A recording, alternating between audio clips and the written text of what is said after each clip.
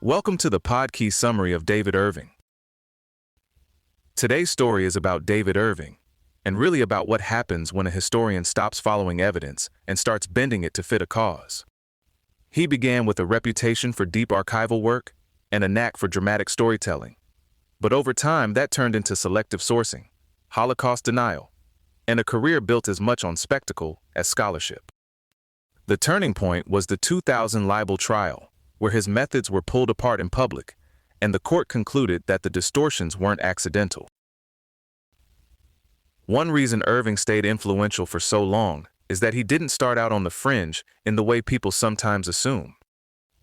Some of his early work was praised for archival digging. The Mare's Nest on the German and Allied V-weapons campaign was even called by Michael J. Neufeld the most complete account of that story. That matters, because it helps explain why later historians had to go back and reassess even the books that once looked like his strongest work. The problem wasn't just that Irving reached controversial conclusions. It was that his method increasingly became what critics called a kind of stone cleaning, scraping away anything he thought reflected badly on Hitler instead of testing explanations against the full record. By the time experts examined his work closely, especially at trial, their conclusion was blunt. He was selecting documents, mistranslating them, and manipulating material to support positions he'd already decided on. His first big success was the destruction of Dresden, and it's a perfect example of how a dramatic claim can take on a life of its own. In the original edition, Irving used death toll estimates of 100,000 to 250,000. Those numbers spread widely, even though they rested on unsupported testimony and a forged Nazi document called Tagesbefehl 47.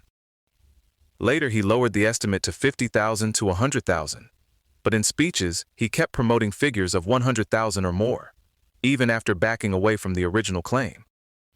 A city investigation in Dresden ultimately put the death toll at about 22,700 to 25,000. And that's the uncomfortable little lesson here.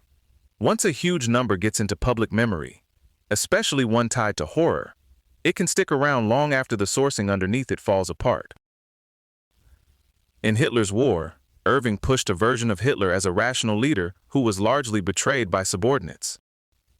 More than that, he argued that Hitler either didn't know about the Holocaust or opposed it, leaning heavily on the fact that there was no surviving written Führer order for the extermination of the Jews. Historians pointed out that this was a very narrow and misleading way to read the record.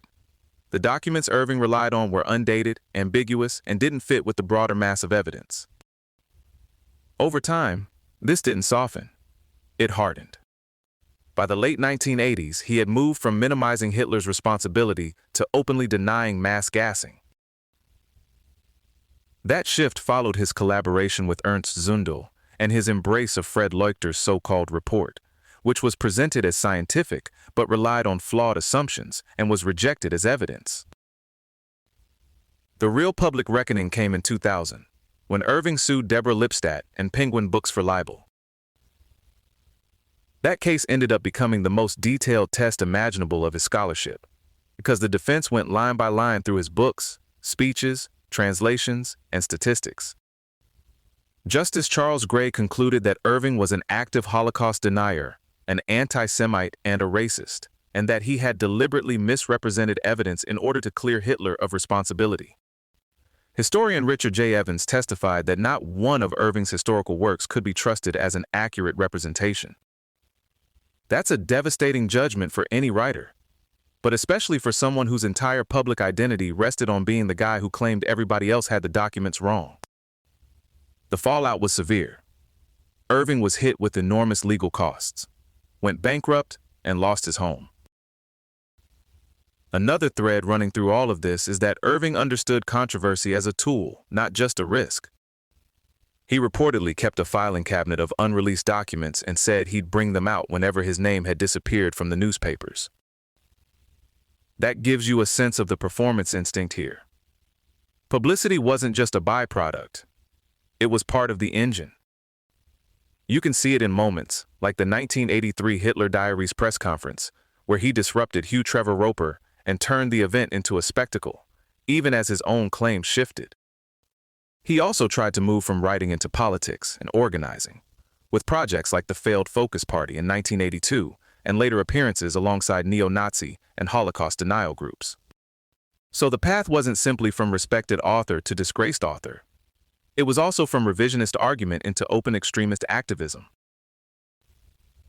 Irving's speech-making had real-world consequences beyond reputation.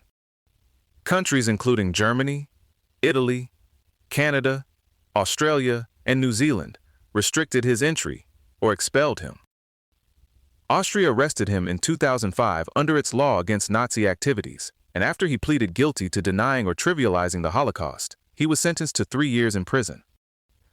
And around all of this sits the harder question that never really goes away.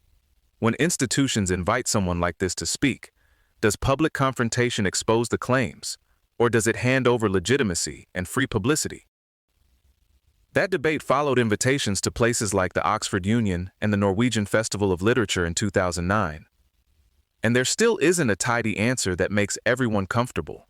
What Irving's case does show pretty clearly is that bad history isn't harmless when it's tied to ideology, performance, and movements that are eager to use it. What makes this story linger is that it's not only about one man's collapse.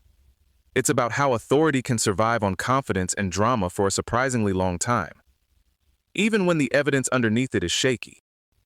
And it's a reminder that careful historical work can sound less exciting than a sensational claim, but it usually ages a lot better. This episode was generated by Podkey. Create your own at podkey.fm.